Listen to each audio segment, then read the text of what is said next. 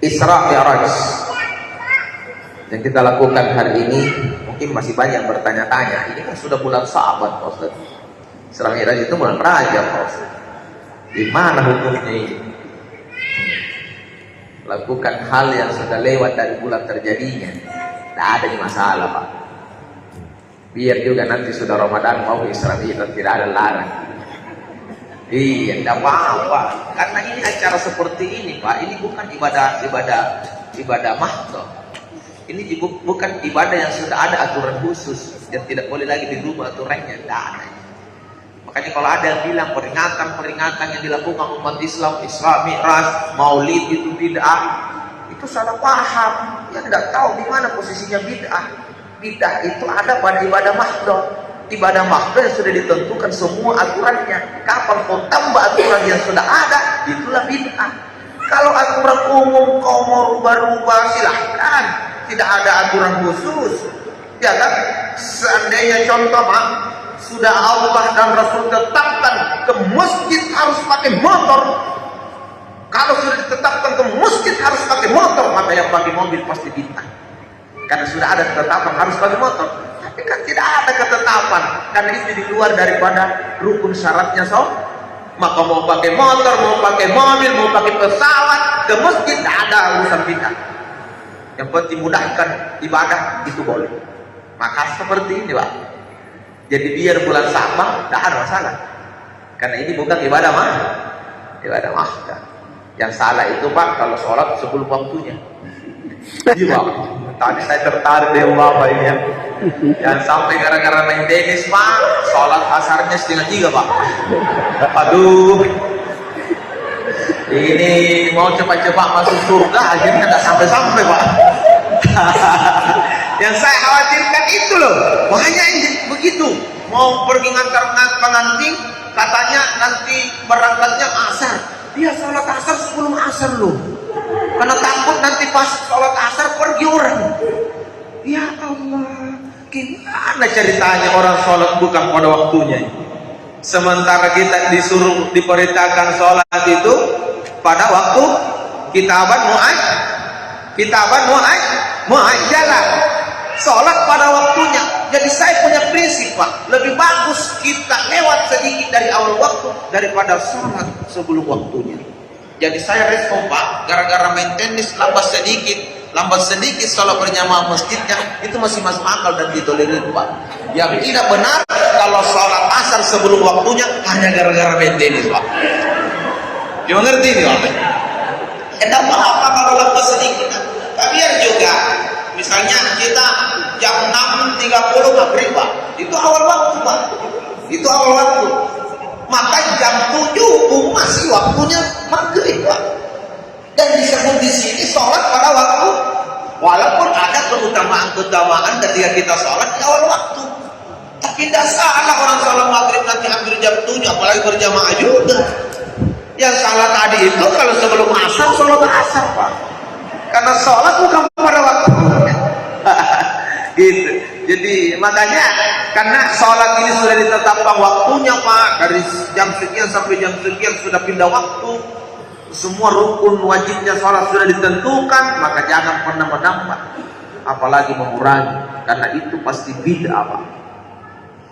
Tapi acara kita hari ini biar bulan Sa'ban kita memperingati Isra Mi'raj, tidak ada masalah, no problem. Tidak ada persoalan, Pak. Makanya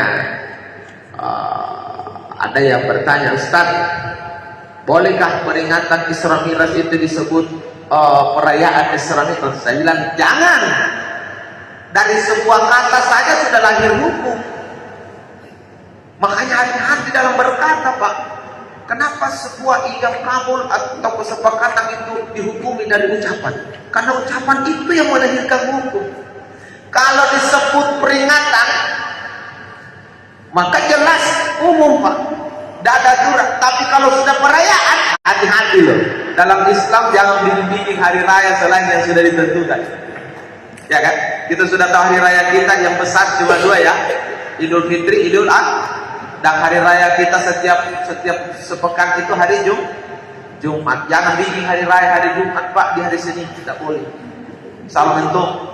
Jangan kita Idul Fitri Pak di bulan Safar, tidak boleh. Itulah dikatakan bahwa hari raya jangan ditambah dan jangan dikurang.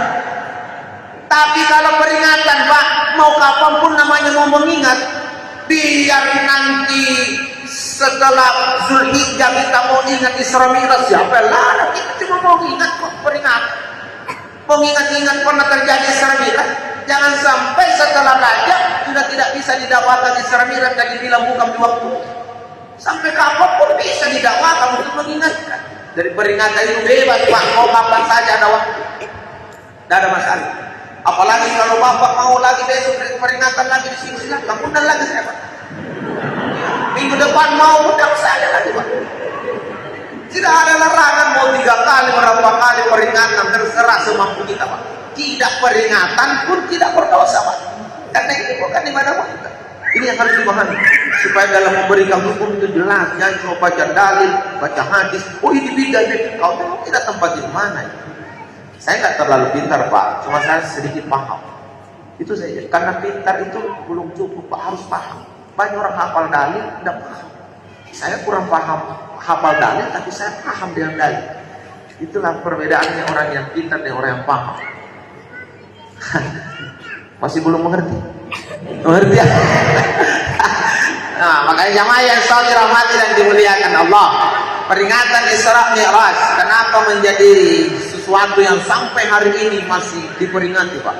Padahal kejadian ini sudah 1400 tahun ke sana. Jauh, sudah jauh sekali kejadian ini. Karena memang kejadian ini mengandung makna yang begitu luar biasa. Awal mula ujian keimanan juga di tanah haram Mekah itu salah satunya iman. Karena kalau orang tidak beriman betul, tidak akan pernah percaya dengan Isra Mi'raj itu. Karena kalau akal dipakai Pak, tanpa memakai iman, tidak akan masuk akal. Tapi susah mungkin kalau agama tidak pakai akal. Makanya agama itu tidak cukup hanya dengan iman, tapi harus dilengkapi dengan akal. Tapi jangan pernah hanya mengandalkan akal, tidak punya iman. Jadi agama butuh akal dan iman Pak. Di mana imanmu benar kalau kau tidak punya akal? Tapi akalmu tidak berfungsi dengan normal kalau kau tidak punya keyakinan. Makanya waktu itu yang dipakai sebenarnya orang Arab sampai tidak menerima kejadian ini hanya kecerdasan intelektualnya. Tapi dia tidak pernah memakai kehebatan keyakinan karena secara akal Pak, mana mungkin bisa terjadi tidak sampai 1 malam dengan jarak yang begitu jauh, naik lagi di jarak yang tidak bisa diukur berapa mil tingginya, dan itu terjadi tidak sampai 1 malam. Secara akal, intelektual apapun tidak akan bisa menghitung di mana kali-kalinya ini. 1300 km jauhnya Masjidil Haram ke Masjidil Aqsa. Kemudian dari Masjidil Aqsa naik ke Sidratul Muntaha yang tidak ada ahli teknologi apapun yang bisa mengukur berapa jaraknya naik. Baru kejadiannya tidak cukup 1 malam, maka akal tidak akan terima. Makanya ketika Abu Lahab mengumpulkan orang di Makkah pada waktu itu, karena Abu Lahab ini orang yang pertama dikasih tahu oleh Nabi, Pak, bahwa saya mengalami ini. Tapi kita tahu nih Abu Lahab, mudah-mudahan tidak ada di sini Abu Lahab lagi lah. Iya, Abu Lahab dan dulu itu dia paman Nabi loh, dia masih paman Nabi. Purina kalena kalau orang Makassar bilang. Masih pamannya Nabi, tapi Abu Lahab ini orang yang paling tidak percaya dengan Nabi. Makanya waktu dikasih tahu sama Nabi kejadian Isra Mi'raj itu, Abu Lahab tak percaya Pak. Sampai dia meyakinkan Nabi Muhammad, kalau kau tidak percaya bahwa apa yang kau sampaikan ini tidak ada orang yang percaya, ayo ikut saya ke pasar, nanti saya umumkan di pasar. Wah, di pasar diumumkan, ayo semua penduduk Makkah yang ada di pasar kumpul. Ada yang mau dibicarakan sama ini kemana kamu pembohong. Apakah karena kita pembohong, ya kan? Akhirnya disampaikanlah bahwa Muhammad katanya tadi malam dari Masjidil Haram pergi ke Masjidil Aqsa, dari Masjidil Aqsa naik ke Sidratul Muntaha, lalu hari ini dia sudah ada berdiri bersama kita di pasar. Siapa yang percaya di antara kalian, ayo ambil posisi bagian kiri, bagian kanan. Siapa yang tidak percaya, ayo ambil posisi bagian kiri. Maka waktu itu orang tidak terbagi 2 Pak, semua orang ke samping kiri. Semua orang ke samping kiri. Tiba-tiba datang satu orang menyusul, namanya Abu Bakar. Dia yang berdiri sebelah kanan. Apa katanya ulama? Weh, sudah ada dua pembohong di tanah Mekah, Muhammad sama Abu Bakar. Ditanya Abu Bakar, Abu Bakar, kenapa kau ambil posisi di sebelah kanan? Kau yakin yang apa dikatakan Muhammad? Maka apa jawab Abu Bakar? Aku yakin karena yang mengatakan adalah utusan Allah. Berarti keyakinan. Dia yakin tidak ada mustahil kalau Allah berkehendak. Makanya di ayat itu diawali dari kalimat Subhanalladzi asra bi'abdi. Maha suci Allah yang telah memperjalankan. Dari kalimat memperjalankan kita sudah tahu bahwa bukan Nabi yang berjalan, tapi Allah yang memperjalankan. Kalau ada yang bilang lewat buraq, apa istilahnya kalau buraq ada yang gambar kayak kuda berkepala wanita, kayak apa? Nggak usah kau urusi itu buraq bentuknya apa. Yang jelas kuasa Allah yang memperjalankan Nabi. Bukan tugas kau untuk tahu apa yang dikendarai oleh Nabi. Bukan itu intinya dari Isra Mi'raj. Cukup kau yakin kalau Allah berkehendak, tidak ada yang mustahil. Jangan kau bilang perjalanan seperti itu pas satu hari satu malam. Yang tidak ada saja bisa ada, yang ada saja bisa lenyap kalau Allah berkehendak. Apalagi sekedar memperjalankan seorang hamba yang Allah cinta. Dan ini keyakinan, Pak. Maka hari ini masih saya bertanya, Bapak yakin tidak dengan kejadian ini? Yakin ya? Hakul yakin ya? Tidak ada lagi pertanyaan, bisa jadi. Kalau sudah ada pertanyaan, bisa jadi. Keyakinan Anda dipertanyakan. Tidak ada lagi yang begitu. Bisa jadi. Jauhnya 1.300 kilo ini kawan. 1.300 kilo Pak. Kalau naik mobil dengan kecepatan 100 km per jam, itu butuh waktu 13 jam ke sana, 13 jam pulang. Berarti 26 jam PP Pak. Naik mobil bukan pakai ras kayak tadi ya. Pakai Pajero lah atau Alphard dengan kecepatan 100 km per jam. 1.300 kilo Masjidil Haram Palestina butuh 26 jam PP, lari 100. Kalau kayak tadi waktu di jemput larinya 20-10 karena jalanannya becek, rusak lagi, lubang lagi, lari 10 bisa dikata 1 minggu PP Pak.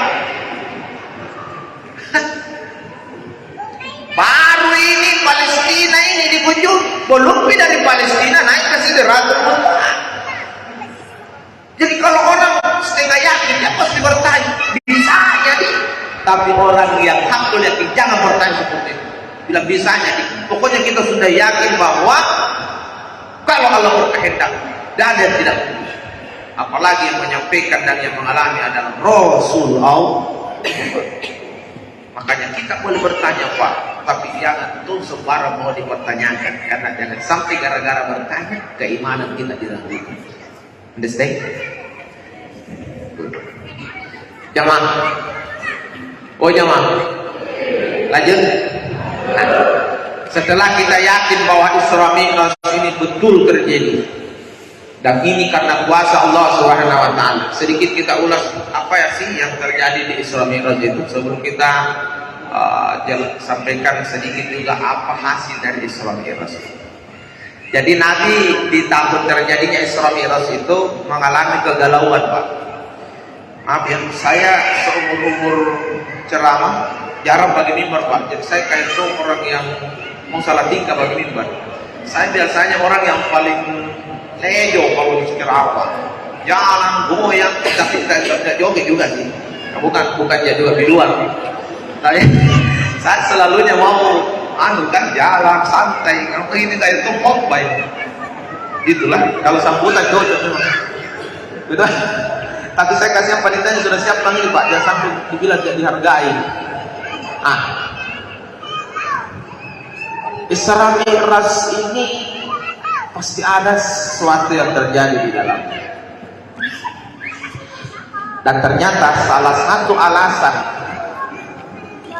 yang bisa dipahami oleh para ulama bahwa kenapa Nabi di Isra Mi'raj kan? Karena kita tahu di tahun terjadinya Isra Mi'raj itu Nabi galau Pak. Galau. Apa galau itu? Ibu, apa itu galau? Galau, gelisah, campur sedih ya. Intinya tahun itu disebut Amul Husni, tahun kesedihan Nabi. Orang bersedih pasti ada alasan loh. Tidak ada orang sedih tanpa alasan. Kalau ada orang sedih tanpa alasan, dipertanyakan akal sehatnya. Betul? Ibu, sering disedih? Sering ya? Biasa atau sering? Sering atau biasa? Kadang-kadang atau sering? Jawabannya ibu ini pindah-pindah. Biasa, sering, kadang-kadang. Maksud lo? Nah, tidak mungkin ibu sedih kalau tidak ada alasan, betul? Manusiawi loh. Orang mengalami sesuatu yang bisa bikin sedih, pasti sedih, Pak. Maka kenapa tahun itu disebut Amul Husni, tahun kesedihan Nabi? Karena Nabi memang sedih tahun itu, Pak. Lalu apa alasan Nabi bersedih? Alasannya karena di tahun itu ada dua keluarga dekat Nabi yang paling mencintai Nabi, yang selalu mendukung perjuangan Nabi, yang selalu memberikan pengamanan kepada Nabi, melindungi Nabi, meninggal di tahun itu. Siapa gerangan? Pamannya dan istrinya tercinta. Ibu, ingat nama istri Nabi yang pertama? Khadijah. Ada namanya Khadijah? Ada? Tidak ada? Sayangnya tidak lupa ini nama. Nah, ini nama ini yang pernah bikin sedih Nabi karena cinta. Jadi Nabi sedih dengan kematian Khadijah itu karena cintanya Nabi kepada Khadijah. Tidak gampang itu suami sedih kalau meninggal istrinya. Tuh jangan. Dari 100 laki-laki yang meninggal istrinya, paling banyak 5 yang sedih, yang 95 itu senang gitu. Tahu aja nggak? Tidak bohong-bohong kan ini. Kalau tidak percaya, dia mati man. Baru lihat di suami menangis atau tersenyum. Iya. Apa sedih? Bertanggung jawab itu, ini tahu apa kak? Gitu ya. Exit. Pakai Engarina. Kenapa Nabi sedih waktu meninggal Khadijah? Pasti ada tahu alasan. Iya kan? Coba makin baca bagaimana kisah Khadijah itu mendukung dakwahnya Nabi. Yang Khadijah ini adalah perempuan kaya di Jazirah Arab, sampai pernah menguasai sepertiga perdagangan di Jazirah Arab.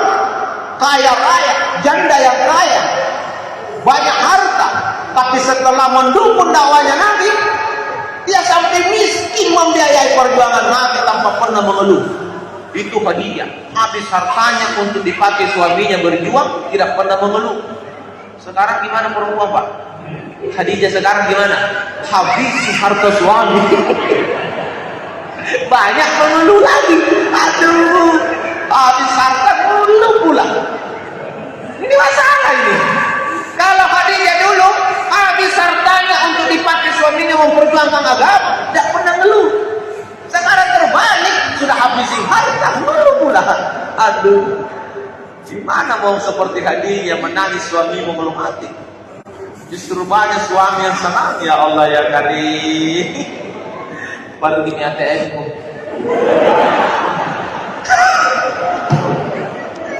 Ayo deh, sesi saja ini. Iya, coba. Itu Khadijah loh.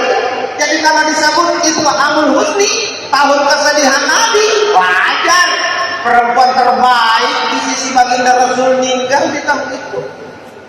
Maka saya berani berkata sampai hari ini, kalau ada istri-istri yang meninggal, lalu suaminya menangis 7 hari 7 malam, bersedih 7 hari 7 malam, maka saya pastikan itu penghuni surga. Kenapa? Tidak gampang suami nangisin istri 7 hari 7 malam. Tidak gampang. Kalau suami-suami sekarang masa bodoh. Dari dulu saya sudah harap kapan kau mati mak lampir. Dia siktik lagi, balala lagi. Ngapain ditangisi? sekte masalah pula. Ngapain ditangisi? Ya kan? Gitu. Jadi tanda kalau betul-betul seorang istri meninggal dan mau masuk surga, tandanya bisa dilihat kalau suaminya sedih, berarti dia istri yang luar biasa. Karena suaminya susah melupakan kebaikannya. Gitu. Jadi amal husni. Kita singkat-singkat lah. Kenapa jam 11? Perut juga sudah lain-lain. Hari Jumat bagi-bagi makanan Pak ya? Hari ini ada tidak? Kamu kan hari Jumat ini Pak? Makanya saya bertanya. Kalau dekor saya masih ini Pak, tadi kita bilang bagi-bagi. Waduh, kenapa bukan hari Jumat acaranya inilah? Aduh, orang bagi-bagi makanan hari Jumat, kok saya diundang hari Senin sih? Siapa yang terima kasih? Paling lala ada ya. Nah, karena Nabi bersedih, maka dikatakan pula bahwa Isra Mi'raj ini bisa dikatakan wisata religinya Nabi. Sengaja diperjalankan untuk dihibur. Karena Nabi waktu meninggal paman dan istrinya Pak, itu mau seandainya kayak kita ini pegawai atau apa, mau pensiun dini. Iya, seandainya kenabian itu kayak pegawai Pak, mau pensiun dini Nabi waktu itu. Karena Nabi ini sudah tidak tahu mau kemana lagi, siapa yang bisa bantu saya. Nabi mau putus asa untuk menyampaikan kebenaran ini. Akhirnya di wisata religi inilah Nabi kembali mendapat semangat. Karena di kejadian itu Nabi banyak melihat kekuasaan-kekuasaan Allah. Maka disambung di ayat itu linuriyahu min ayatina. Semua yang dilewati Nabi semua diberkahi. Apa yang tidak pernah dilihat orang sebelumnya, yang tidak pernah dilihat oleh Nabi sebelumnya, Nabi bisa lihat Pak. Supaya kembali keyakinan Nabi bahwa risalah agama ini memang sebuah kebenaran yang harus saya perjuangkan. Jadi wisata religi. Perjalanan Nabi ini di Isra Mi'raj tidak gampang, banyak godaan. Banyak godaan Pak. Diperhadapkan dua minuman, susu dengan khamar. Nabi pilih susu. Malaikat Jibril sudah berkata di waktu Nabi pilih susu, kau akan dapat kebaikan Muhammad. Iya kan? Dalam perjalanan digoda-goda, ada iblis menjelma jadi perempuan cantik menggoda-goda Nabi. Nabi tidak peduli. Itulah Nabi, digoda pun tidak peduli. Apalagi kalau tidak digoda nih. Sekarang laki-laki tidak digoda saja tergoda, apalagi kalau sudah digoda Pak. Selesai. Iya Pak, Nabi sudah digoda tidak tergoda. Kita sekarang belum digoda tergoda. Gimana kalau sudah digoda?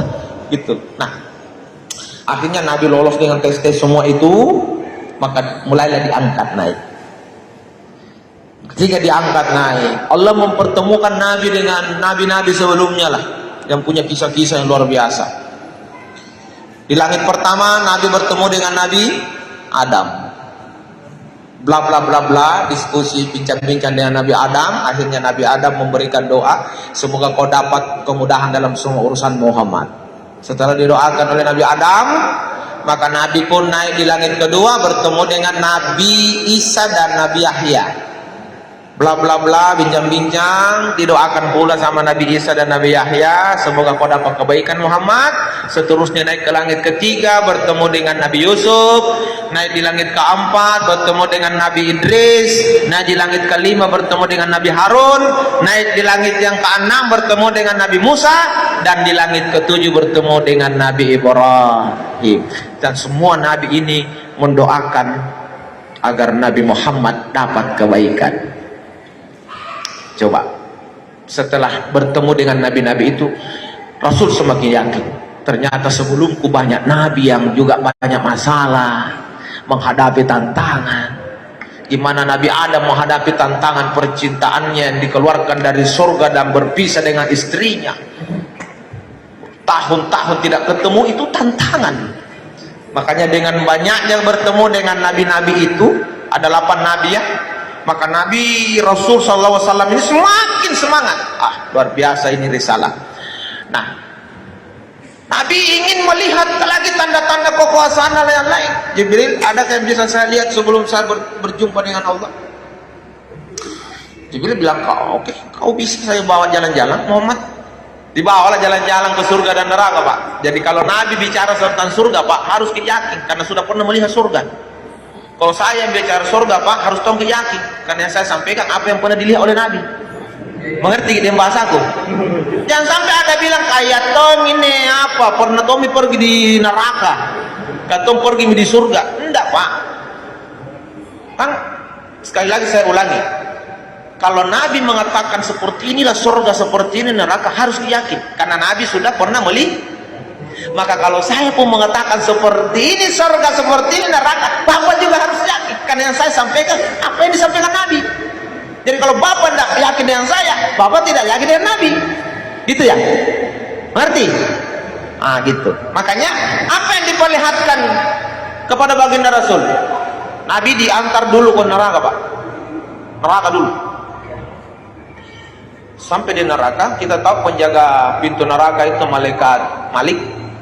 Malaikat yang paling menakutkan. Tidak pernah mau tersenyum. Jangan bilang ketawa, Pak. Senyum saja tidak. Nabi saja heran. Jibril, kenapa ada seperti itu? Saya datang tidak ton dijemput-jemput dengan senyuman, sapaan. Ada apa dengan dia ini, Jibril? Jibril katakan, wahai Muhammad, seandainya dia pernah tersenyum sebelumnya, maka dia akan tersenyum kepadamu.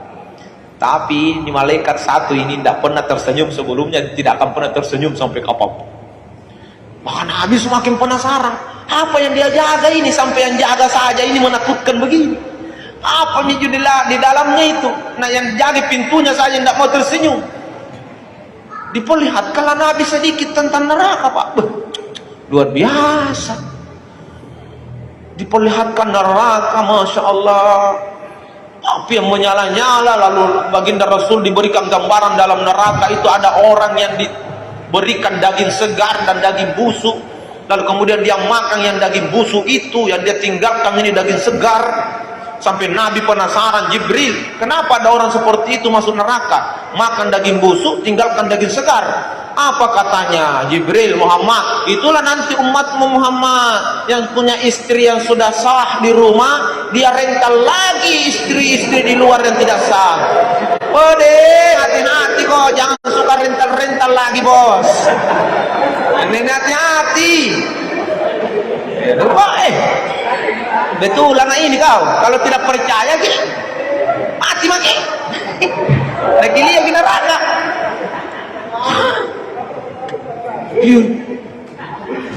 Makanya Nabi, Masya Allah, makanya Nabi itu sangat mengecam namanya perzinahan, karena Nabi sudah lihat di dalam itu. Yang masuk neraka salah satunya itu, yang sudah ada istri sah di rumah, tapi sering jajang lagi rental di luar sana. Tapi perempuan jangan cuma bisa tersenyum ketawain suami. Tugas ibu gimana menjaga suami agar tidak jajan di luar rumah.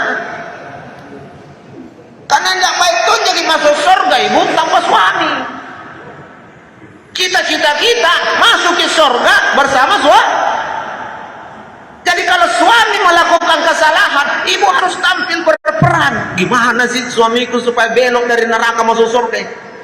Oh, suamiku kedengaran sering apalah di luar. Jangan cuma marah, Bu. Jangan marah. Ibu harus berpikir apa yang harus saya lakukan supaya suamiku tidak seperti itu lagi.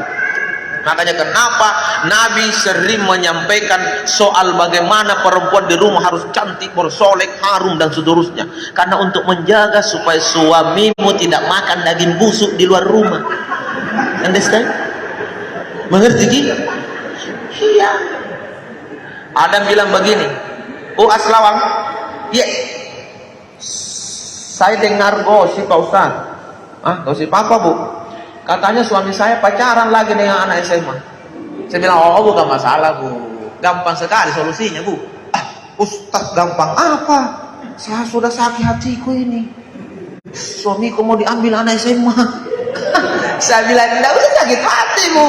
Itu kan dosa-dosanya suami kita. Yang ibu pikir bagaimana solusi yang terbaik. Saya bilang, gimana solusinya Pak Ustaz? Saya bilang, Bu, kita tahu tidak kenapa istri ibu ngodok lagi anak SMA? Karena suami ibu suka yang pakai anak SMA. Ibu ingat dulu kapan ibu diodok sama suami? Iya Ustaz, waktu saya SMA. Nah itu, suamimu senang anak SMA, pakaian SMA. Maka solusinya, pergi kok besok di pasar, beli rok SMA, beli baju SMA, sekalian beli tas. Kau siapkan kopi di pagi hari, pakaian SMA. Pasti tidak pergi minum bonceng itu anak SMA. Ada Tommy anak SMA di rumahnya. Itu solusi. Dan amat yang kata, ketika ada saingan di luar rumah, ibu harus lebih baik lagi di rumah. Jangan justru berbalik, saingan ibu baik di luar, ibu yang kor-koran di rumah. Nah kalau gitu, lu dengar bilang ada gebetannya suamimu di luar, kau harus tampil lebih baik lagi, harus lebih lembut lagi, lebih bagus lagi, supaya suamimu punya perbandingan. Tidak ada mantung kalau mamanya di rumah. Begitu solusi. Kalau Barbie pula dengar, kamu itu nganu pergi bisa dari rumah, kasih itu bisa. Kalau masih sering ibu, sama sih kayak ibu ini 50 kalau ada 5 hari nih suamimu di sana. Harus lebih lembut. Karena di pikiran kita jangan kedepankan ego. Yang kita pikir adalah ibadah.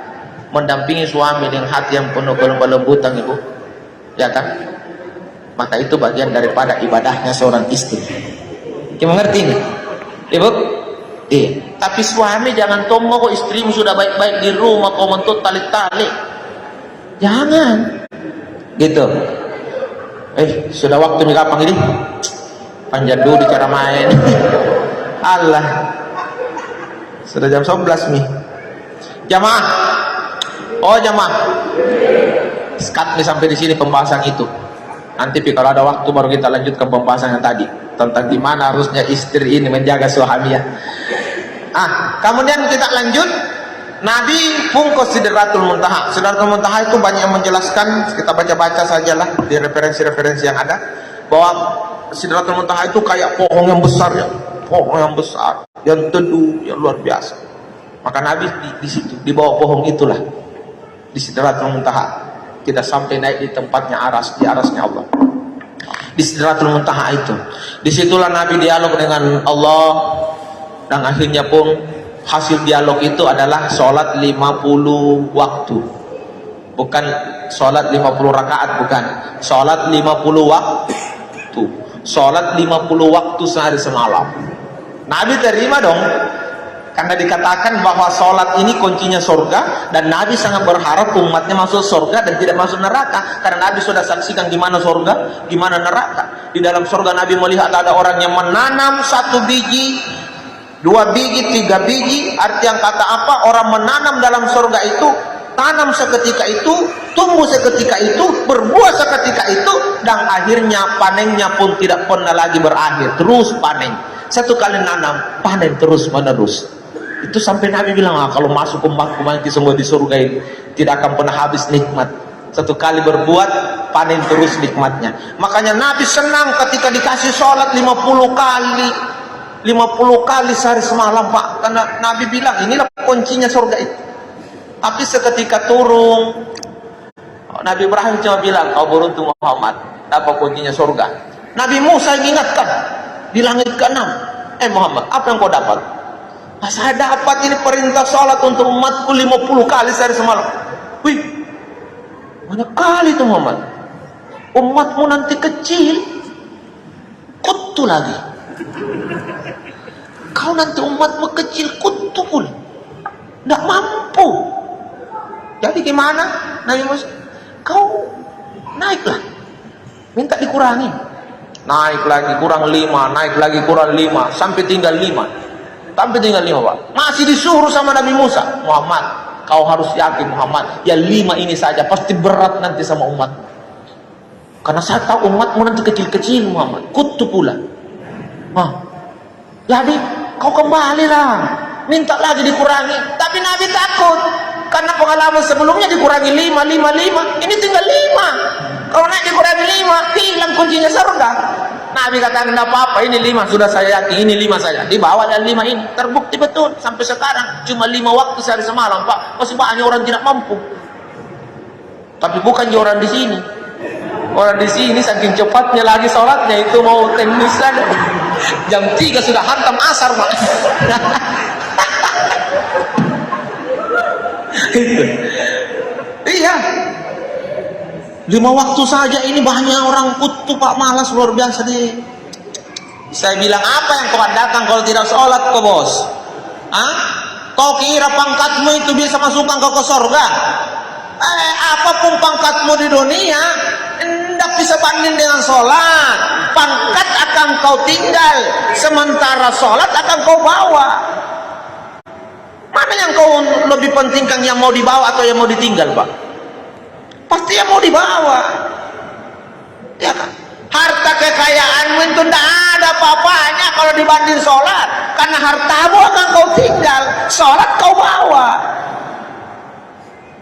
Makanya saya biasa bilang ketika saya sampaikan pengajian di anak-anak muda, di majelis taklim atau di remaja-remaja masjid, saya katakan, nak muda, kau nanti katanya sukses, sudah bisa dapat gelar SAG, MPD, FROP. Tapi apa artinya itu kalau kau tidak sholat? Adakah nanti di hari kemudian kau akan dimasukkan ke surga hanya karena kau dapat gelar prop? Tidak. Prop tetap ditanya sholatnya. Yang prop saja ditanya sholatnya, apalagi yang tidak tamat SD. Ditanya kita tentang sholat Pak.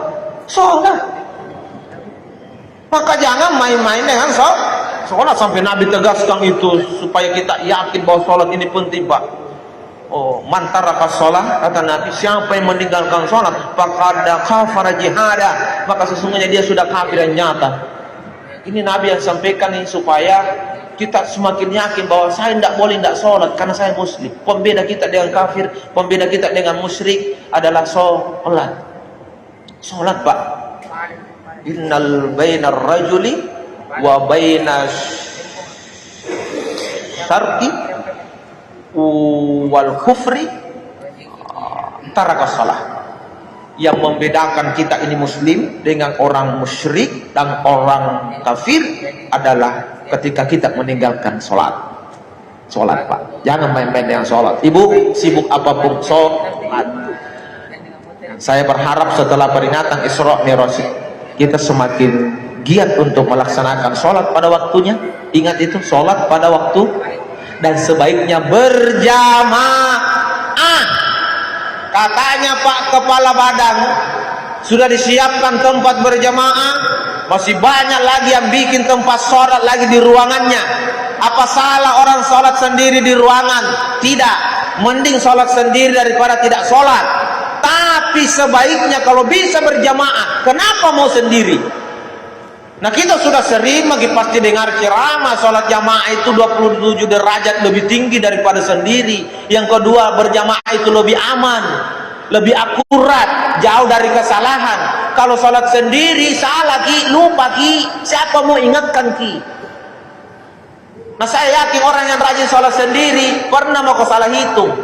3 rakaat amin yo, 4 megang. 4 megapang 3. Nah, kalau orang malas Pak, ketika antara 3 dan 4 pasti dia ambil 4 karena orang malas mantung.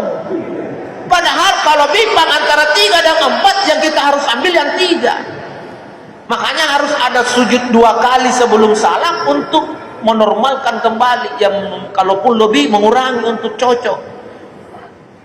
Kita mengerti itu?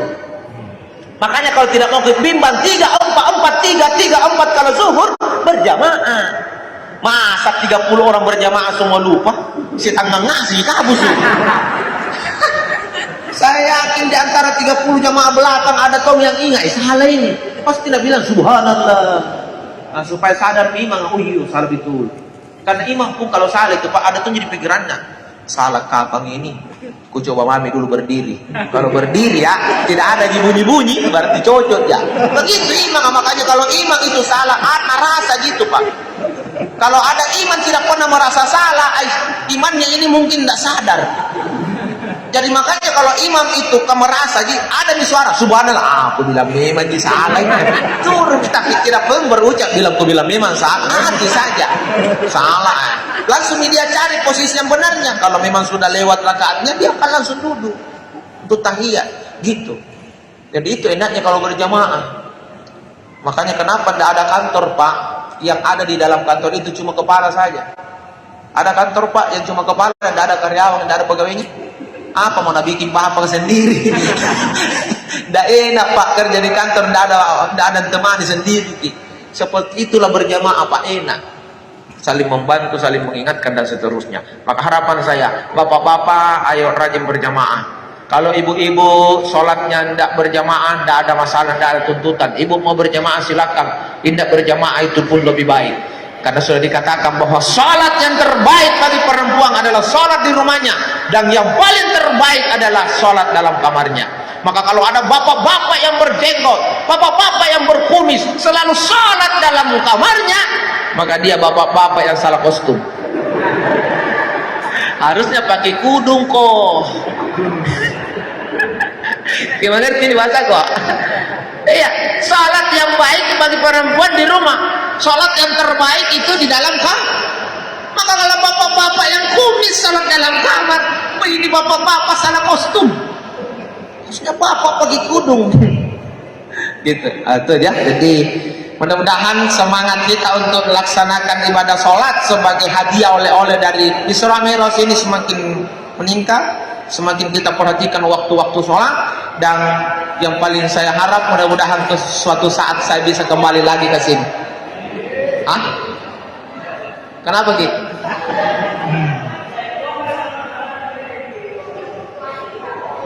Begitu. Saya berharap mudah-mudahan suatu saat saya bisa kembali lagi ke sini untuk bawa ceramah apalah nanti. Berharap, bukan minta dipanggil, nah. Beda akan berharap dengan minta. Saya cuma berharap saja. Karena saya bilang panggil Kak. Ya gitu. Dan pertemuan kita di hari ini adalah pertemuan yang pertama di tempat ini. Dan saya berharap pertemuan pertama itu berkesan sebagaimana Bapak mengatakan yang paling berkesan adalah pertemuan yang pertama. Itu insya Allah. Dan saya doakan kita semua panjang umur, sehat walafiat. Yang paling tidak suatu saat kita semua husnul khotimah. Saya Abu Aslawan, Ustaz Abu Asrar Sukadilawan dari Jakarta, Jalan Alam Berita Letak, Kecamatan Gelesung, Kabupaten Tegalan, Provinsi Sulawesi Selatan, Negara Republik Indonesia.